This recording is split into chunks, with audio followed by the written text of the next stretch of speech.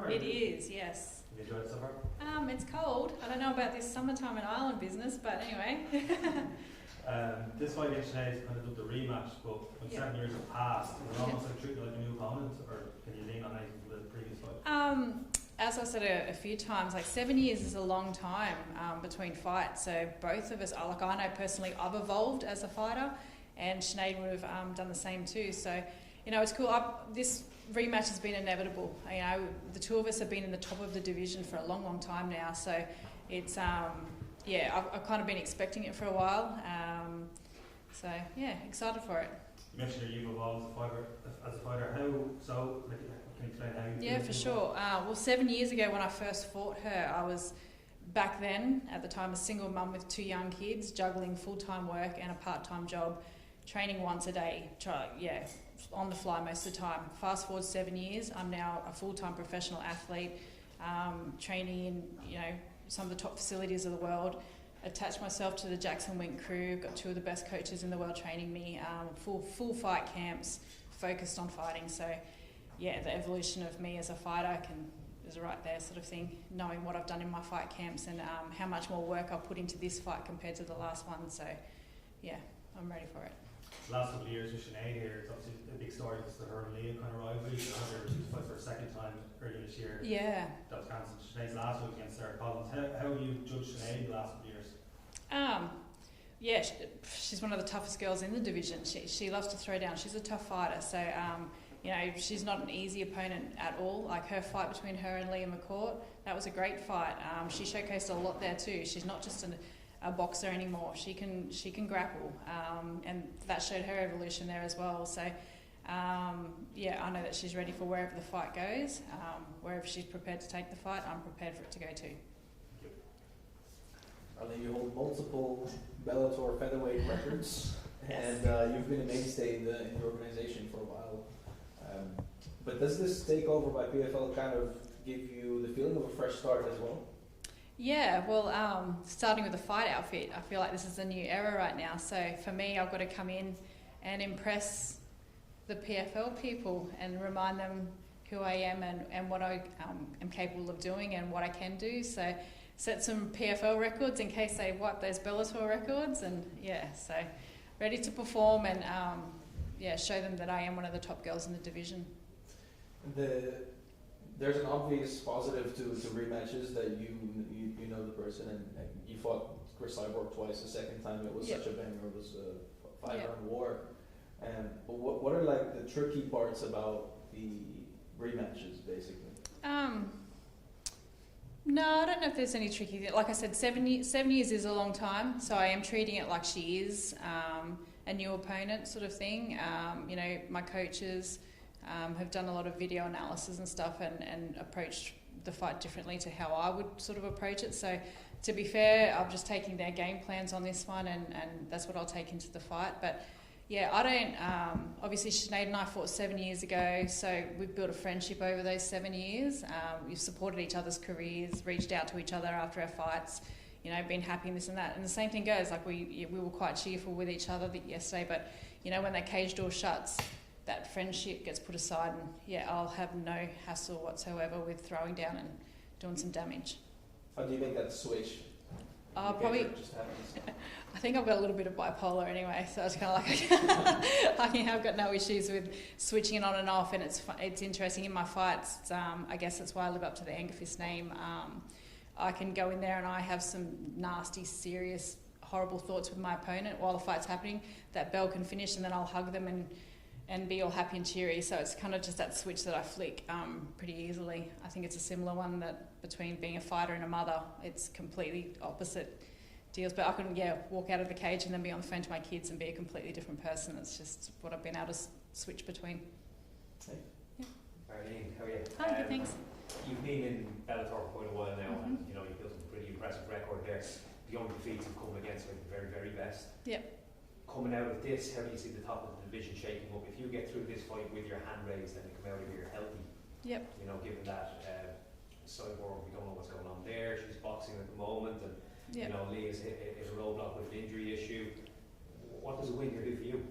To be fair, I've spent my whole career asking those sorts of questions, chasing the belt and chasing the next fight, like chasing the rankings and this and that. And to be fair, it's something, this fight now, I've actually taken that pressure away from myself, and I'm just approaching the fight. So to be fair, I get this win on Saturday night and I just want to get back in the cage ASAP. Paris is what I'm looking at aiming at, and it's not for, you know, the potential title fight or this and that. I just want to enjoy my fighting. I'm at that stage of my career at the moment where I get fights, and I believe that those opportunities and wins will lead me to where I'm supposed to be anyway. I don't want to force anything.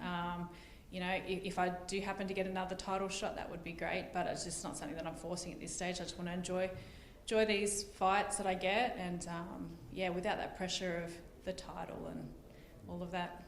And given that you're, you know, what we call a senior professional now, do you have a game plan or a roadmap in your head for how the rest of your career looks, time-wise, or targets that you want to hit, or anything particular?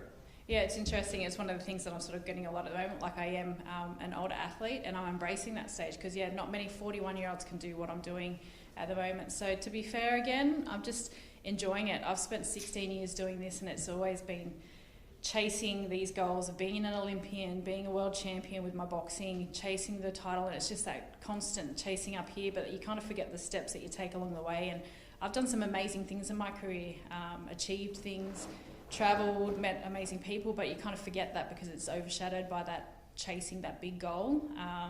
So yeah, for me at the moment, I just want to spend these next, I'm still putting years of my career, so I'm definitely not wrapping things up, so I don't want people to think that there's retirement on the verge, but just enjoying it. And whatever happens from that, like, I'm actually hoping that my best performances will come without that pressure. Thank you. No, you go. Hi, Arlene. Hi. How has training at Jackson Wink impacted your camp this time around? Well, I've done a fair few camps now at Jackson Wink, but this one has been particularly special. And going off, you know, the last question, it's just about enjoying things more.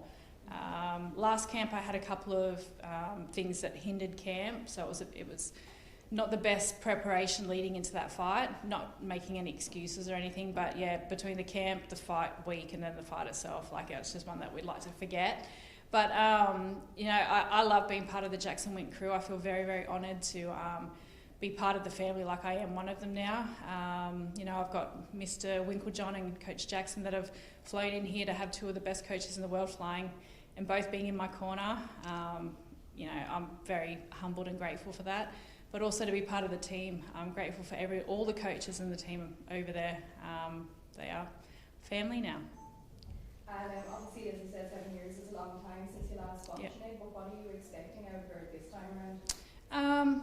I actually think I'm expecting a tougher fight than the first time around. I mean, it was a tough fight the first time, but yeah, I know if I was putting myself in her position and I was fighting on Australian soil against a girl that formerly beat me, you know, that gives me fuel, that adds fuel to the fire. It's been a long time since I've fought in front of a hometown crowd, so I know that the energy she's going to get from that too. You know, she was unsuccessful in her last fight in front of the crowd, so she's going to want to rectify that. So yeah, I'm expecting a tough fight. She's going to come out hard. But yeah, so am I. Thank you. Arlene, so this is a rematch of your fight with Sinead back in 2017 where you won very close to the decision. Mm-hmm. How do you plan to change your game plan this time around to make absolute sure that the judges see it your way this time? Finish the fight so it's not left to the judges. That's like, yeah. But yeah, just making it like it was. I wouldn't say it was a close fight, but anyway, it was.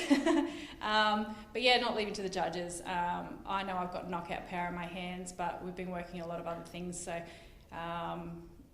I have always wanted to get a submission win inside the Bellator cage. That's been a goal of mine, and you know, I might not get too many more opportunities, so I better make that goal happen now rather than trying to hold off. So, but yeah, just finish the fight might be the plan to go. All right, and as you were saying there about moving camps, moving to Jackson Wink recently, what kind of improvements do you feel you've made since moving to this new gym, and how has that kind of evolved your game since the last time you fought Sinead? Yeah. The good thing about Jackson Wink, they highlight your strengths, but then also build off that too. So, you know, I'm not just a boxer anymore, but I'm ready for wherever the fight goes without sort of giving fight plan away or anything. But you know, it's MMA. We've worked heavily on a lot of aspects of the game. So, but at the end of the day, I also know I've got knockout power in my hands. So, wherever the fight goes. Right. Thank you. Thank you. Go good, guys. Awesome. Thank you.